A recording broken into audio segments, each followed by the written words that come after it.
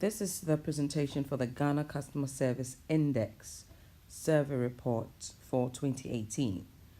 The survey is funded by the Institute of Customer Service Professionals, the African Customer Service Research Institute, ACOSRI.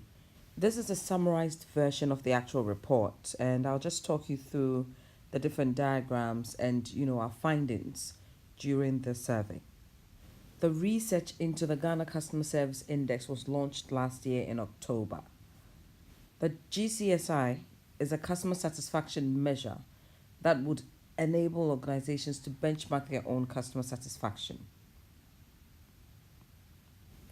The index for this year looks at 8 different Ghanaian sectors. So we're looking at the financial institutions, both bank and non-bank, the utilities, telecommunications, hospitality, healthcare, retail malls, public sector institutions, and online businesses. There was a very good reason for us to create this particular index because number one, we don't have any such thing in Ghana. And then also we wanted to uncover a deep understanding of what motivates our customers and what their evolving needs are. We also wanted to identify the drivers of customer satisfaction in the various sectors and then also their impact on customer loyalty in the various sectors. We wanted to also identify the various channels within which customer experience occurs and then of course go ahead to suggest better ways of improving customer experience in the sectors. We also aim at providing a creative and intuitive grasp of how each customer experience in the various sectors can be shaped to make it easier for service providers to provide the right service and for customers to enjoy the right customer service. The last but not the least objective is to be the main source of information and insight for customer service in Ghana. So it's important for people to have something to go back to year in, year out, to compare where we're going as a country when it comes to customer service and also to have a look at what the sectors are doing. So we wanted to be a source of information. So for the survey, we used different formats. We actually did a lot of online work, so having the surveys on WhatsApp, Facebook, Twitter, and just basically getting the link out there. So we used both offline and online data collection methods, and all of the information and sample sizes are in the main report. So let's look at the questionnaire flow. The first question that anybody is asked is their customer experience with the different sectors in the last 3 months. Now, once you choose a sector, you go on to answer questions that will determine the overall satisfaction that you've had. And then we go on to look at the customer experience of companies in the last 3 months. Then even between the companies, we want to know the most often company that you've used. So if, for example, under one sector, you chose 2 companies, we want to know which of them you've used more. So there's a particular question that looks at that. And then we look at the satisfaction with the company in terms of the customer experience matrix. And I'll show you what the matrix are.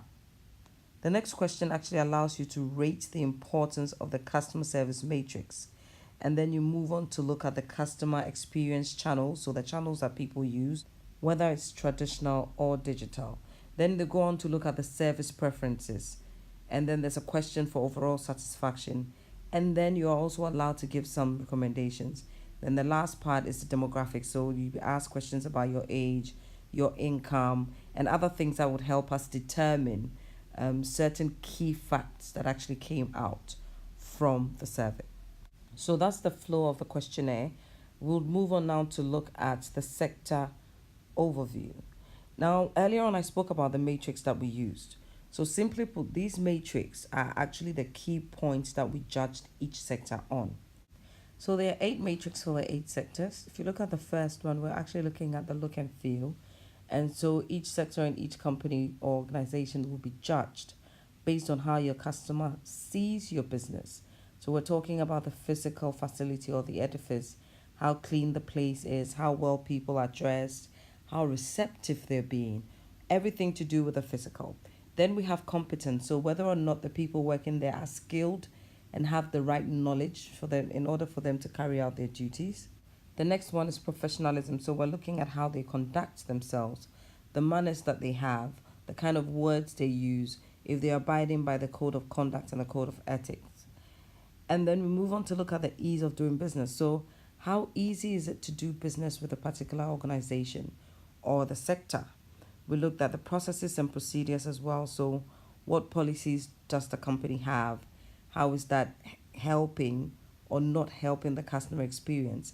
So, we're looking at the types of processes that you have and its implications on your customers. Customer focused innovations or customer centric innovations is also one of the areas that we looked at because we wanted to be sure that customers or consumers were actually benefiting from new innovations. We then used staff engagement, and then the last one is the complaints and resolution matrix. So I'm going to show you the raw data, so you're going to see a lot of numbers, but we have a much simpler representation of it, so I'll take you through as well. So looking at the table, you notice that the 8 matrix that I spoke to you about are on the left, and then you have the retail malls, the hospitality, online businesses, financial institutions, the telcos, healthcare, utilities, and the public sector. There's then a calculation to show you the mean score, then you have the overall satisfaction scores, the sector satisfaction score, and then the sector ranking. So you find that the sectors that actually did well, that placed first, for example, the retail malls, had their figures in the 70s, and the public sector, which happens to be the sector that didn't do well, so it was the 8th in ranking, so that's the last, basically had 50. So they had scores of 50. So the difference isn't too big. Between 70 and 50 isn't too big, but there are little points that actually makes some industry or some sectors go above the other. So looking on the table, you realize that the sector satisfaction scores are actually where we're picking our highest and our lows from. So these are all numbers. I'm going to give you a picturesque view of what we mean or what the actual numbers translate to. So looking on this table, you can see that the retail malls came up first with a grade B. So we used the Ghanaian educational academic grading system. So the 73.33 actually gives you a grade B. So you look at the hospitality industry and the online businesses. These are the key players. The first three. Now looking at the bottom, you also have healthcare, utilities, and public sector being the last. And of course, they scored a D. So all the information on how this came about is actually in the report, and it's downloadable for all. So if you go to icsponline.com, you can actually download it. So let's also look at the number 3 on here, which is the online businesses. I think it's an area we really need to look at. It's an emerging sector. It's full of young people, and for them to have been in the system for probably about 4 or 5 years, if you compare the online businesses to the public sector and the utilities, which has been there since independence, you can tell that our public sector and, for example, the utilities, who are the two at the bottom, have a lot of work to do because they should be pacing us in customer service by now, but it's actually the reverse. So after adding up all the figures, we came up to a figure of 63.99 for Ghana, and that is a C using the Ghanaian academic grading system. So Ghana's customer service rating currently is a C. It's not a good one considering the fact that we have over 54.1% of our economic activities saturated in the service sector. So it's very important we take a nationalistic view at trying to improve it because we're looking for those foreign investments and trying to wean ourselves off the aid that they give us. And we can't do that if we don't take a critical look at improving the customer service that we give as a country.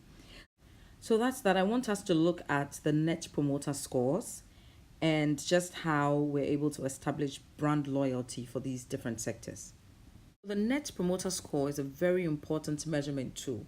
It's usually held up as the gold standard customer experience matrix, and we have some information of where it was actually developed. Now, usually you would rate the service from 0 to 10. So if it's a company or the sector, in this case, it's the sector, from 0 to 10.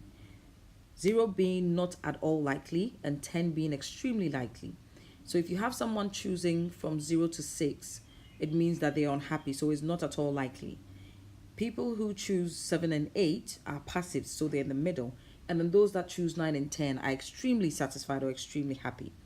So after the survey, we had some very key revelations in terms of where brand loyalty sits with the different sectors. So we'll just go on and look at that and discuss the 8 different sectors and their net promoter scores. So this is the table showing you the net promoter score of the 8 sectors. So when you take a critical look at the table, you find that we have the sectors there, we have the detractors in red, the passives, and then the promoters in green. Then you have the net promoter scores. Now this is how we work it out. So once you've gone through the questions and you've been able to select either between a 0 to 6 or 8 and 7 or 9 and 10, we're able to determine how many detractors you have and how many promoters you have. And then of course, how many passives you have. Now, this is how we come about the NPS, which is the net promoter score, which determines the brand loyalty. We take away the detractors from the promoters. So it's just a matter of positive minus negative. We just take away the detractors from the promoters. Now, if you're lucky to have more promoters and less detractors, then it means that your NPS will be positive. But if you look on our table, most of the institutions or most of the sectors actually have their NPS in negative. So that tells you there are a lot more unhappy people than there are happy people, apart from just 3. And those are the first 3. So those that actually placed first, second, and third: the retail malls, the hospitality, and the online businesses. So if you look on there, financial institutions, they have 30.6% being detractors, 26.9% being promoters, and their net promoter score is minus 3.70. Utilities, 63.8% detractors. That's the number, the percentage of people who are unhappy with the service. And then you have 10.7% promoters, and then look at their NPS, quite huge. So they're in the negative. What it means is that you have just a few people who would go and stand somewhere and speak positively about our utility sector. So it runs through the table. You look at the telcos, same thing. They're also in the minus. You look at the hospitality industry. They actually came up second. And so they have a positive figure, 16.90.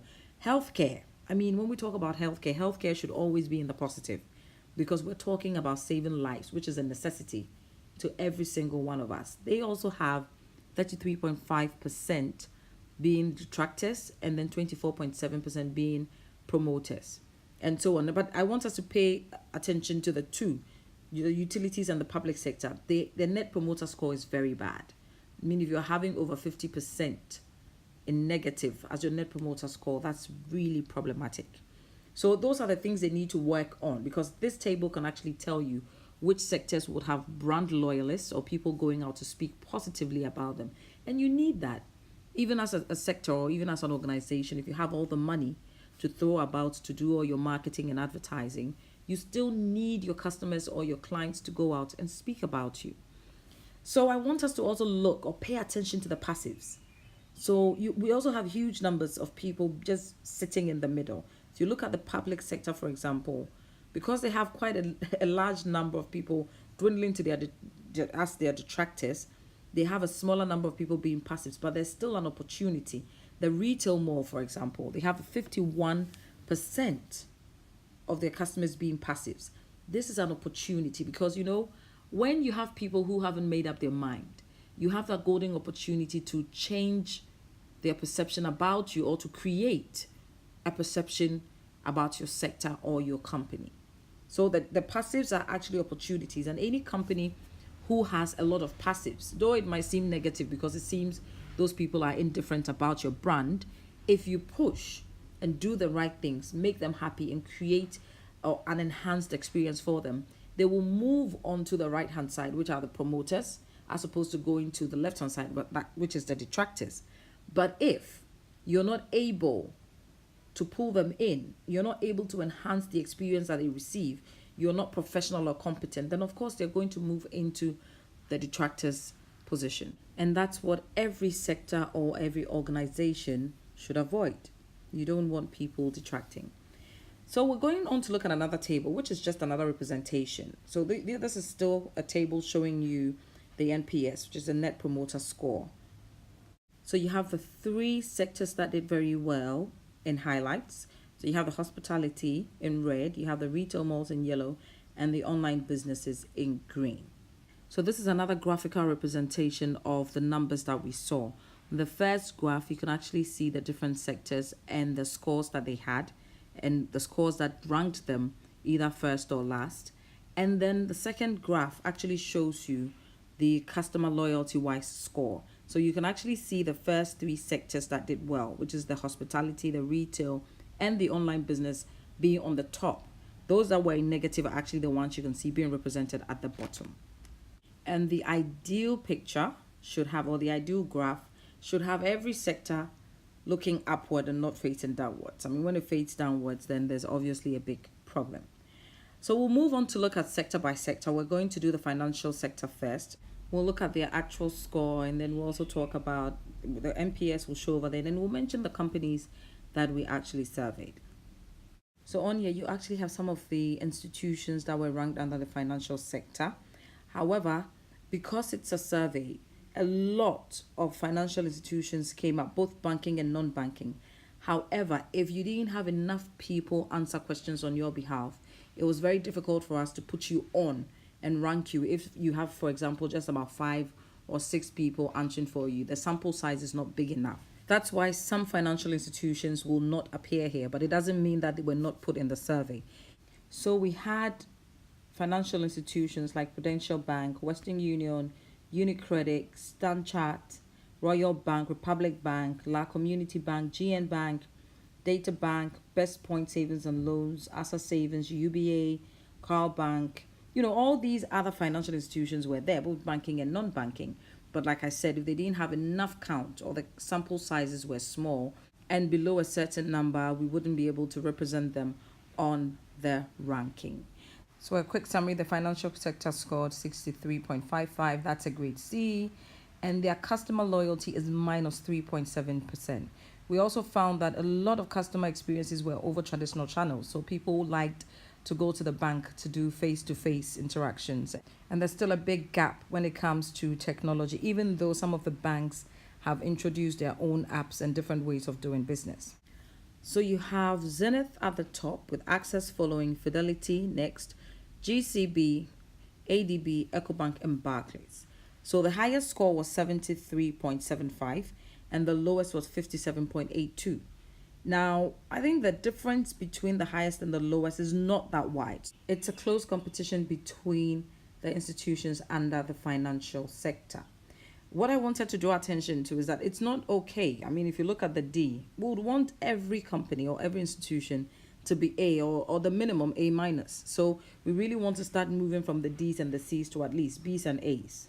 So there's a lot more work that the financial institutions also need to do, and maybe BOG would have to take a critical look at some of these things. We'll move on to the utility sector now. And under the utility sector, we look at 3 different institutions. The ECG, Electricity Company of Ghana, we looked at Ghana Water Company, and then Zoomlion. It's important to note that even though these institutions are very important to our everyday lives, they enjoy a monopoly. And so you wouldn't have anyone else supplying you with water or electricity in Ghana apart from ECG and Ghana Water Company. And then, of course, if you're looking at sanitation, then you're also looking at Zoomlion. So those are the 3 key companies that we looked at. So our key findings for that sector, they scored 54.02. That's a grade D.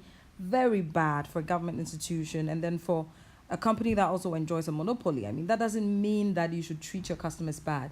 It actually gives you the opportunity to do your best because you have everybody coming to you. Their customer loyalty is also in a negative, and a very, very large negative, minus 53.10%. And so though there has been some digitalization of customer experiences in the sector, especially for Ghana Water Company, because they now have an app that you can use on your phone to make payments and to, do some other things, they still have a lot more of their transactions that occur traditionally. So people still want to walk into Ghana Water Company or ECG to pay their bills. And so there's an opportunity for things to get better. So this is how the 2 companies scored. So Zoomlion didn't have enough representation in terms of the count, and so it wasn't really put in there, even though they were part of the survey. So these are the scores for the two institutions. So you see on there, you've got Ghana Water Company and you've got ECG. Now, Ghana Water Company scored a 54.72, and that's a D, and ECG scored 52.97, that's also a D. So we're expecting that next year, when we have the results for the index, these utilities would actually do better, because that's exactly what we expect of them. We want to see institutions and organizations above the Bs. So let's look at the telecommunications sector, and the Ghanaian telecommunications sector has a very, very rich history. They've come a long way. We have quite a number of them, but we have four major players within that particular sector. And that actually showed up during our survey. We realized that a lot of people would answer questions for Airtel Tigo, they would answer questions for Glow. It was on the low side, but they went above the set standard of counts that we wanted. They would answer questions for MTN and also Vodafone.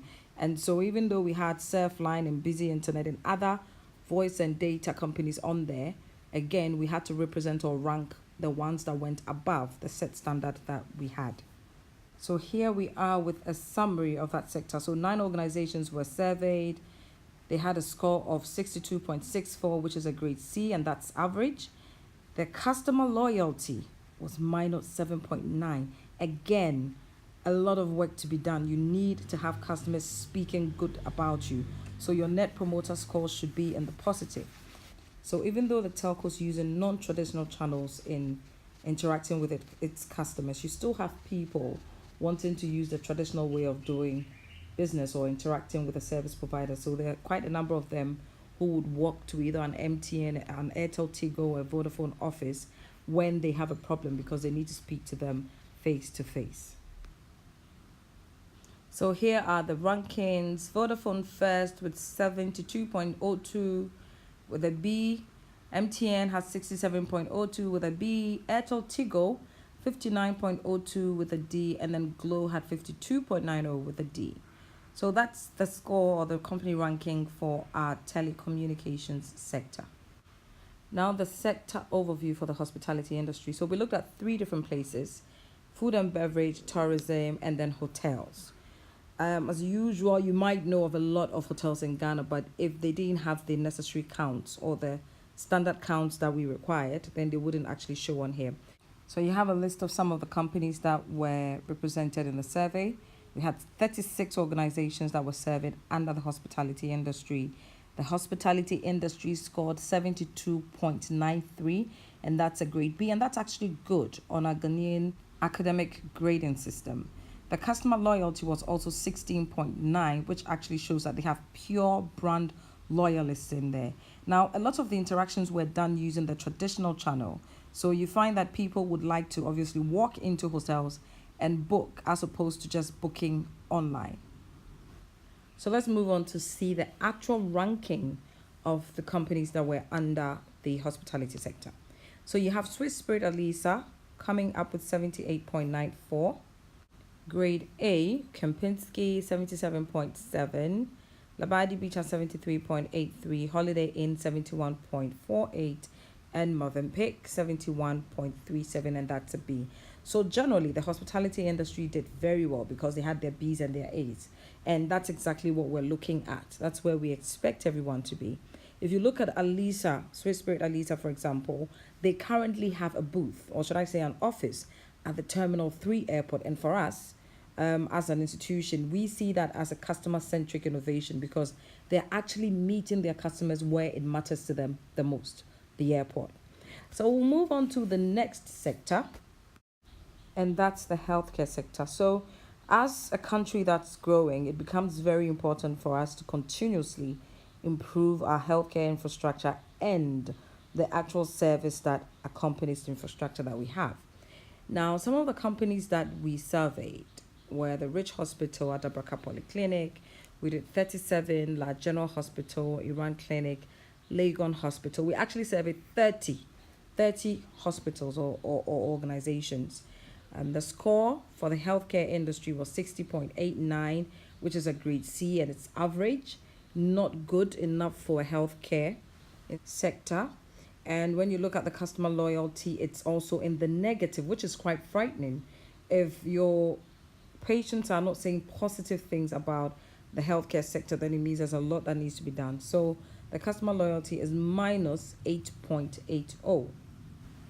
Well, we found that there were some digital customer experiences in the healthcare sector, but then the majority of them would do the traditional channels of interaction. So they would want to walk into the hospital or the unit to even book appointments instead of just going on the phone or going on the internet or using some form of social media. So that's also a very key for the healthcare industry to harness technology, at least to make the service that they offer their clients and patients a bit more friendly. Now, onto the retail sector, and we looked at retail malls. So, looking at that particular sector, you find that there's an increase in growth in that particular area where you have malls just springing up. Now, these big malls and most of the shops in there are foreign owned shops, so there's this foreign influence. So, let's look at the companies that we had on there. So, these are some of the companies. In fact, we had more than you can see on there. We had Yomat, Palace Mall, Marina Mall. We had the High Sense stores. We had Jojoba store, Norris Lab, Shell shops, Whirlpool. But the ones with the highest or the bigger sample sizes are the ones that were or are represented here. So 20 retail malls were surveyed. The score was 73.33 and they scored a grade B, which is a good grade.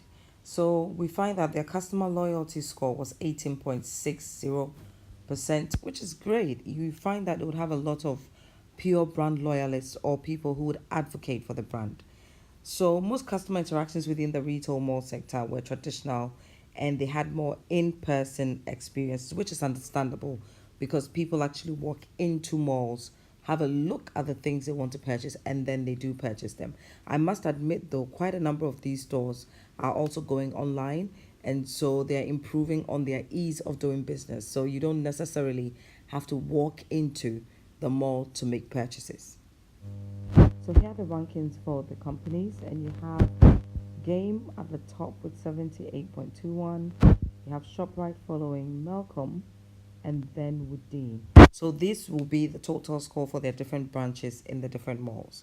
But having A and then just a B in that particular sector, I think is fantastic, is great. And a lot needs to be done to actually maintain these high grades. So we're moving on to the public sector. And the public sector is of a lot of interest to a lot of people because the perception of the public sector is that the service is bad. But after this survey, I believe that it's not a perception anymore. It's true and it's real. And people have expressed their dissatisfaction with this particular sector. So let's take a look at the overview of this sector. So we surveyed quite a number of organizations under the public sector.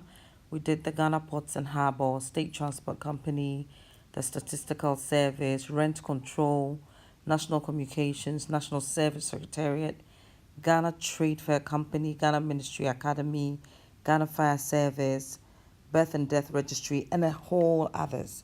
But like I keep saying, if they didn't get enough people answering questions on their behalf, they wouldn't show up here. So these are the actual organizations under the public sector who had people answering enough questions about them to get representation.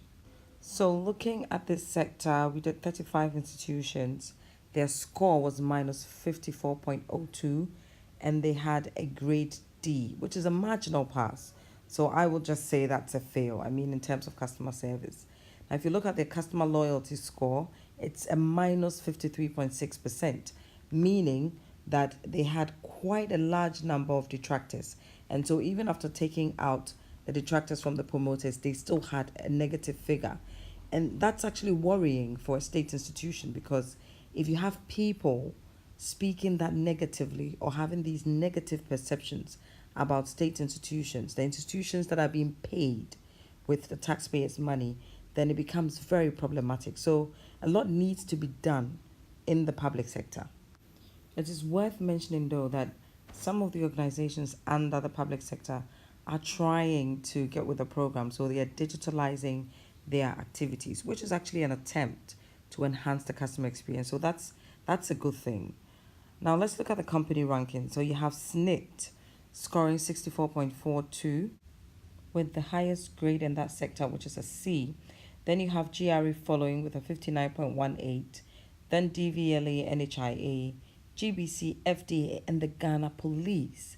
And the Ghana Police, obviously, because they are the bottom of the bottom sector, had an abysmal score of 39.18, and that needs to be improved. So that's the end of our ranking for the public sector. We'll go on to look at the online business sector, which scored number 3 when we ranked the different sectors. So the online sector is actually a very exciting sector now. A lot more people are going digital and doing their business online.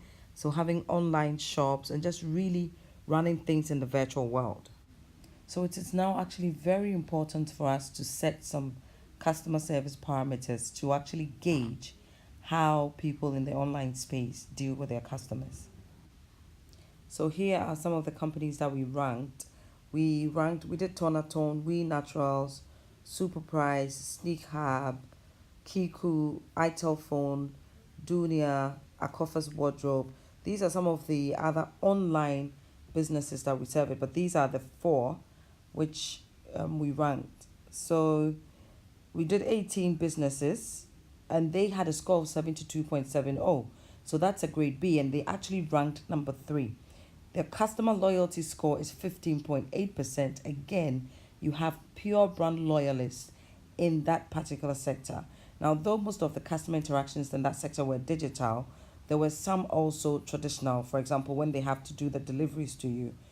So those are in-person transactions. And there are a lot of opportunities still within the online space.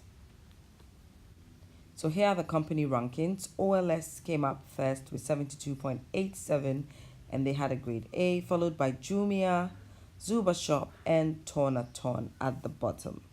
So again, with this particular sector, you find that they had A's and B's. That's why they're number 3 out of the 8.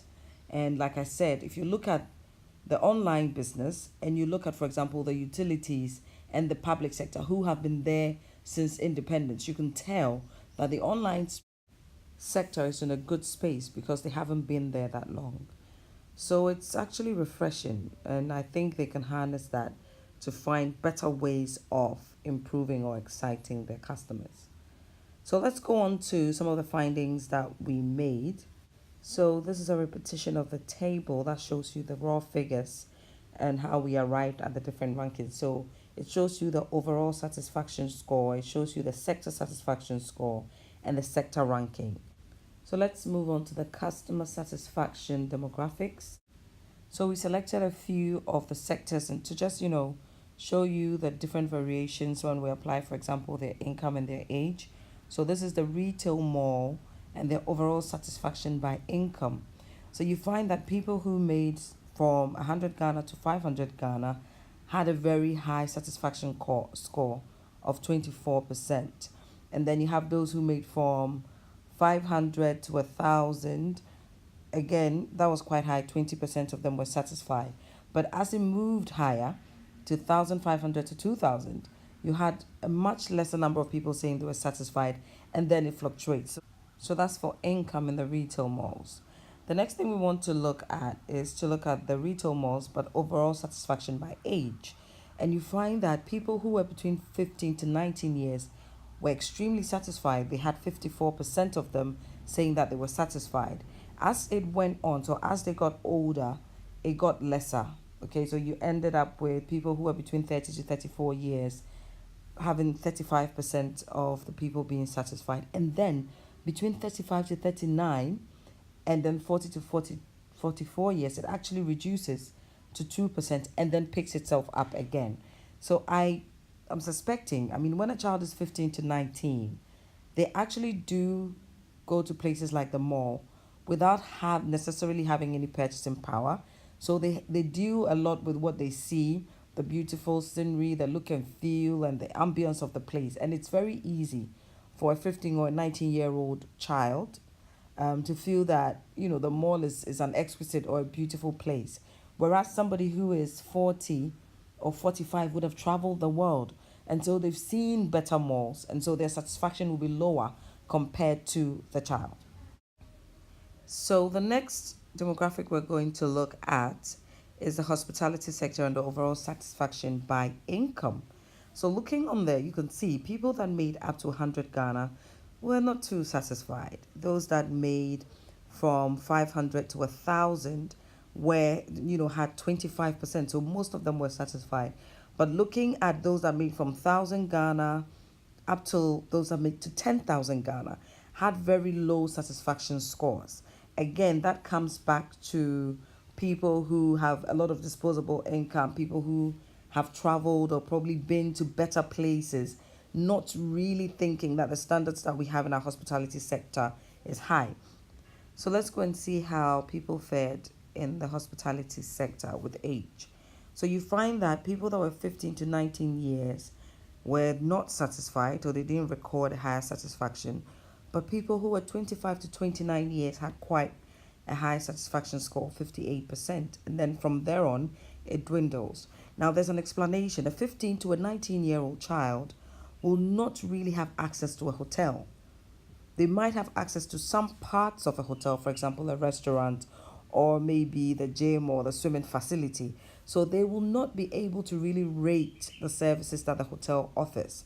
However, someone who's 25 to 29 will have access to the hotel and can rate all the facilities and activities of the particular hotel.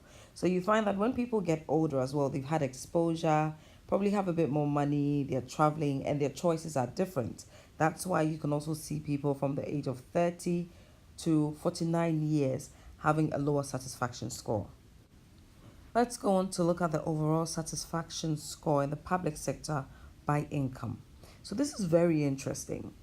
People that made between 1,000 to 1,500 weren't satisfied. And then it keeps you see it going up slightly until it gets to those that make 3,500 to 4,000, being 15.40% of them saying that they are satisfied. And then between 5,000 to 10,000, so those who make between 5,000 to 10,000 had a higher rate of satisfaction score. Now, cast your mind back to what actually happens in our public sector. People who are perceived to be, of a higher financial status or educational status or to be somebody in society are treated differently. And that's why that bracket of people, because we're assuming that people who are in those brackets will also make a lot of money. So they'll be between the 5,000 to 10,000 Ghana range. Now, they get preferential services. They get things brought to them at home. They get things sped or activities that are supposed to take maybe a week, sped up for them for like 2 days. So it's no surprise they would be satisfied with the kind of service they get from the public sector. So in the next graph, you can actually see the public sector and the overall satisfaction by age. And you find that people between 20 to 24 and 50 to 59 had the highest satisfaction score. And the age in between weren't quite satisfied with the public sector.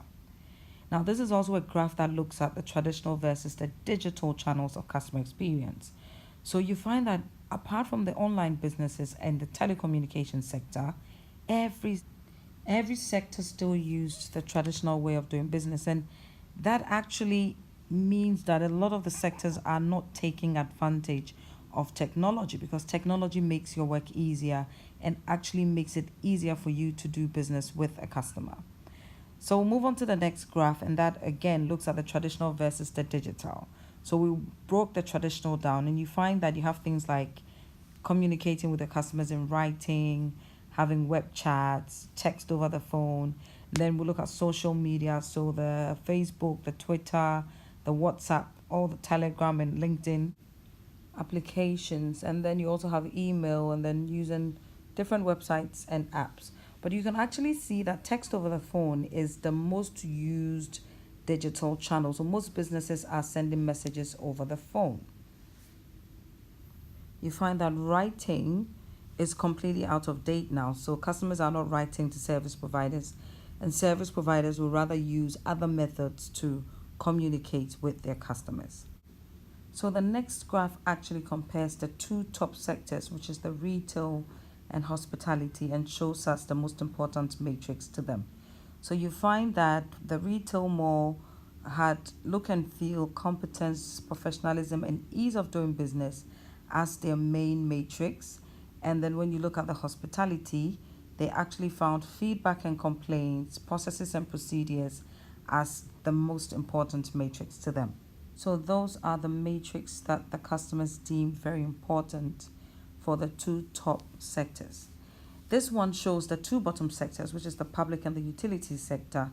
And you find that with the utility sector, the look and feel, the competence, professionalism, ease of doing business, and the processes and procedures were much more important to customers or to respondents. And then you look at the public sector, you find that again, feedback and complaints, staff engagement were the most two important things for their customers. So we can actually tell with a spider web that not every matrix is important in each sector. So every sector has a particular area that its customers wish or want to see an improvement in, and that's what you can see here. So the next diagram actually looks at the people, the types of people that we surveyed. We had 94.4% of them being Ghanaian and 5.60% of them being foreigners. Now, they came from different places, okay? So that's actually explained in the actual document, the Ghana Customer Service Index report. Now, the importance of this is that there's a graph that follows this that shows us how foreigners perceive the customer service that they receive and how Ghanaians perceive the customer service that they receive from service providers. So this next graph looks at Ghanaians versus non-Ghanaians and their overall satisfaction. And it's obvious on here that every single sector has non-Ghanaians feeling satisfied with the service that they receive. And that actually takes me back to the saying that Ghanaians are very hospitable. So yes, indeed, we are hospitable. I think our hospitality extends to the foreigner, but not to a Ghanaian. So apart from the healthcare industry, every single sector had foreigners feeling that they were treated better than Ghanaians feeling that they were being treated better. So we need to work on that so that Ghanaians will feel that they are actually receiving exceptional service from service providers. Charity needs to begin at home. So the next graph actually highlights income levels versus service preference. And you find that people who made from 100 Ghana to 5,000 Ghana really had fluctuating preferences when it comes to service. But those that made from 5,000 and above actually preferred a higher level of service. So it meant that they will be ready to pay any amount or any premium just to get an enhanced service. And then you find that those that had no income at all didn't really have any preferences. And that actually made sense. People who had more money were expected somehow to be a bit more experienced or would have enjoyed some high level of service before. And so the expectations were higher than those who weren't making any money. So let's now look at the implications and opportunities. And there were quite a number which you would find in the actual report. So I'll just go through a few things that I saw. But it's quite obvious that we still like to use, or customers are still using the traditional way of interacting as compared to digital. And then you find that a lot more young people are likely to use these digital platforms as compared to the older ones. Now, in the public sector, there's a bit more work that needs to be done because they had more detractors than promoters, and they were the worst in terms of customer satisfaction. Now, you also see that the utility sector, which is the electricity company of Ghana and Ghana Water Company, are the second worst in terms of customer satisfaction. So it's important to mention, though, that they've tried their best in the past year, I think, yes, to kind of digitalize some of their activities. So you can actually make payments using an app. And then I have to mention that the ECG telephone service, so their call center, is actually emerging to be one of the best. The call center they're doing quite well on that score, but there's still a lot more they need to do to enhance the overall performance in terms of customer service. So again, the hospitality and retail mall sector contain companies that are doing better in terms of customer satisfaction. Now, there's still room for improvement as there are some bad customer experiences in the sector. So generally, our customer service being a grade C means that we still need to work harder at every single sector, every single one of them. There was something else that I noticed. I think it's very important. If you look at the very first two sectors, the hospitality and the retail, and you look at the very last, utilities and public sector, you find that the hospitality and retail having Swiss Spirit, Alisa, Kempinski, having the Movenpicks and all that in there, and then of course the retail having the Game and the ShopRites, which are foreign companies. They're not probably necessarily being run by foreigners here, but it has a foreign influence. And then you compare that to the utilities and the public sector, which has purely governmental influence. You can confidently say that companies tend to do well when that foreign influence is there. And then those that don't have the foreign influence seem not to be doing too well. So there's a lot we need to do to change that perception, which has slowly and surely become our reality. So after our findings from the survey, I mean, there are a few recommendations that I want to make. And I think the one thing that we need to start looking at is purely understanding and having a focus for customer service within our organizations. So it's not enough to just talk about understanding customer service. Intentions are not enough. Actions are most important, and customers actually feel it when you put processes and strategies in place to make sure that their experiences with you are enhanced. We also need to employ the right people. I think this goes for my colleagues in the HR departments. Anytime you're interviewing somebody, just ask yourself, is this person right for the area? So if the person is a frontliner, one of the most important things they need to have is a customer service certificate, or at least the customer service skills that they need in order to survive in the particular area you've put them. We don't need to employ people because we know them, because they're family members, because we're feeling sorry for them. That's where the problem starts, when we employ people who are not fit for the job. I also believe that customer service now is a bit like what the HR area used to be like about 10, 15 years ago, when people didn't really take exams or have degrees or qualifications for that particular area. Currently, you can take a customer service professional course, which I have taken one, but I took that 9 years ago in London. It's a course that's available. Unfortunately, we don't have that now here in Ghana. But you can take a course in a reputable customer service institution just to make sure that when you have titles like head of customer service, you have it not because you can smile or because you're friendly, but because you also know how to put in place strategies that would actually enhance the customer experience of your organization. One other thing that I also want to talk about is to the regulatory bodies, BOG, the Ghana Tourism Board, Ghana Medical and Dentistry Association. I mean, all the regulatory bodies that actually regulate these sectors need to make sure that whatever directive they put in place, which is meant to help the customer, is actually followed through. Because a lot of our problems here in Ghana is things being in the pipeline and not being implemented. If you look at the financial sector, for example, the BOG last year, February, actually came up with the Consumer Recourse Mechanism Directive. And it's a beautiful document. Beautiful. If 10% of what is required in that directive is being done, I tell you, our banking sector would have A's and A pluses. But unfortunately, the right directive is there. Well, I agree that it hasn't been in the system for a long time. It's been there for just a year and a bit.